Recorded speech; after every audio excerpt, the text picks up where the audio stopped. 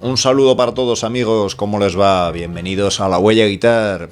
Seguramente si llevas muchos años tocando la guitarra, una de las preguntas que más te han hecho es: tío, ¿pero cómo te lo montas para aprenderte todas esas canciones de memoria? Sus tonalidades, todos esos licks, riffs, arpegios, escalas y sus posiciones en el mástil o esa cantidad ingente de acordes que existen. Evidentemente todo esto viene dado de memorizar durante muchos años sobre el mástil de la guitarra todo ese repertorio y esos datos y conocimientos. Sin embargo, al final, todo lo que queremos es aprender a tocar cuanto antes la guitarra y tener todos esos conocimientos sin que tengan que pasar décadas. Así que en este vídeo voy a compartir contigo mis métodos, algunos trucos para memorizar toda esa cantidad de datos que como guitarristas tenemos que saber, y intentaremos responder una pregunta: si en realidad a día de hoy es tan importante la memoria o si hay mejores maneras de mejorar como guitarrista.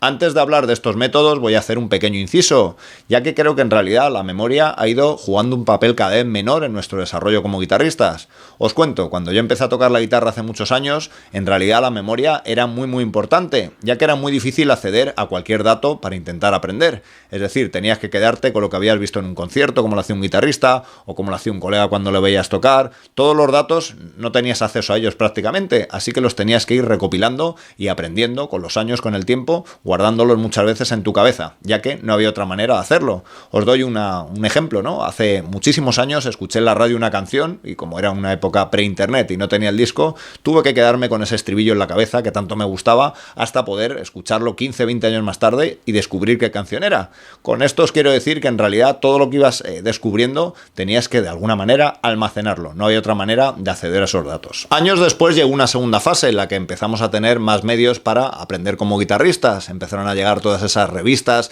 métodos e incluso vídeos didácticos. El problema es que había que tener dinero para poder conseguirlos, con lo cual la memoria seguía siendo muy importante, ya que muchas veces no podías acceder a ellos. Por supuesto, la tercera fase lo cambió todo. Me refiero a la fase en la que todos tenemos ya internet, acceso a internet, lo cual ha hecho pues que podamos acceder a cualquier dato en el momento. ¿Que necesito saber cómo se toca esa escala? Pues voy a ver un vídeo. ¿Que quiero saber cómo se llama ese acorde? Pues lo miro. ¿Esa canción que toca Metallica cómo se toca bien? Pues lo veo en un vídeo. Es decir, tenemos acceso a todo, con lo cual cada vez la memoria pues va teniendo, digamos, menos importancia. Seguramente la gran diferencia de lo que pasaba hace unos años ahora, no solo la guitarra sino en general, es que ahora se da más importancia a cómo saber localizar esos datos y saber qué hacer con ellos que a memorizarlos. Seguramente si hace unos años nos hubieran dado una tabla en la que venían todas las posiciones de las escalas, nos las hubiéramos aprendido de memorieta, pero ahora no tiene sentido, ya que esa página de escalas la puedes localizar en cualquier momento en Google. Sí, vas a tener que aprendértela para poder tocar en la guitarra. Todos hemos tenido que memorizar y sigue siendo importante.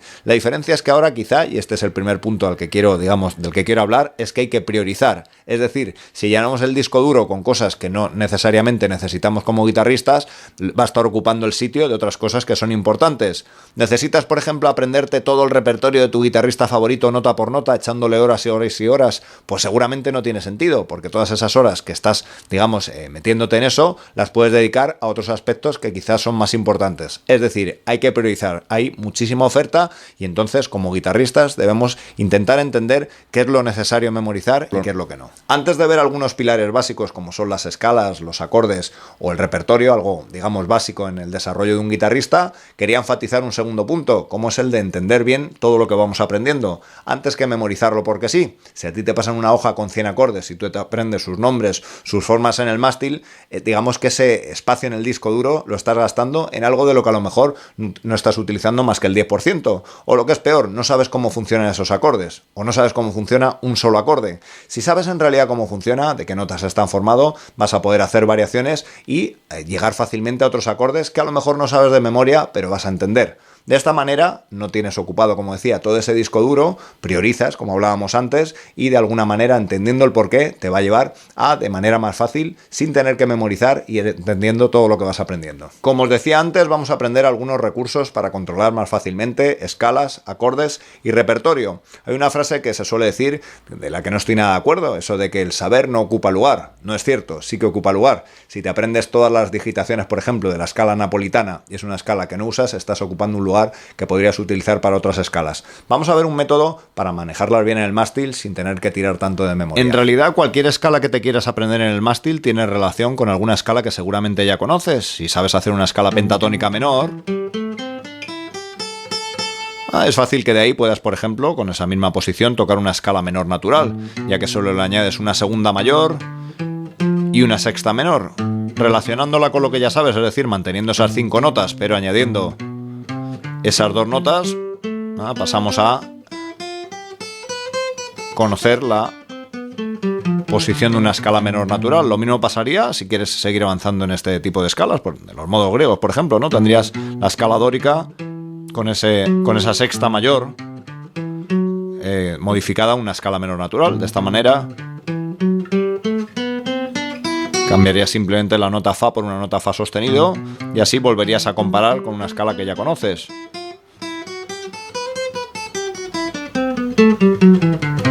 La escala frigia la vas a tener ahí metiendo en una segunda menor a esa escala menor natural que has tocado antes. Es decir, que en vez de aprenderte todas las posiciones de una escala al primero, compáralo con algo que ya conoces. Conoces una pentatónica menor, pues puedes tocar esas escalas, ¿no? Lo mismo te va a pasar con una pentatónica mayor. De esta manera puedes utilizar también su dibujo.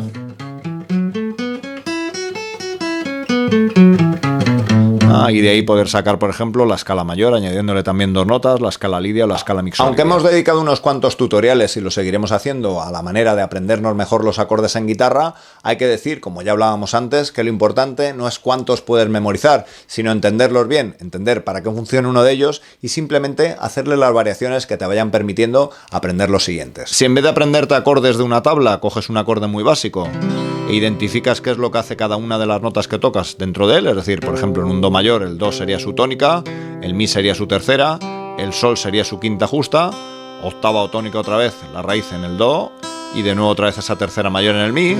Sabiendo lo que hacen cada uno, la función que hacen, haciendo variaciones puedes aprender un montón de acordes. Por ejemplo, si retiro el dedo de donde tengo la octava, tendré una séptima.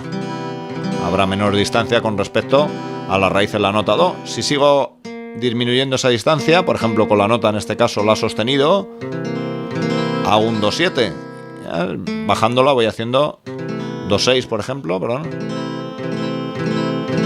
Si eso, imagínate, en vez de mover esa octava hubiéramos movido otra nota, ¿no? Por ejemplo su tercera. En este caso, si la muevo hacia la distancia de la tónica, tengo una cuarta, ese do con cuarta.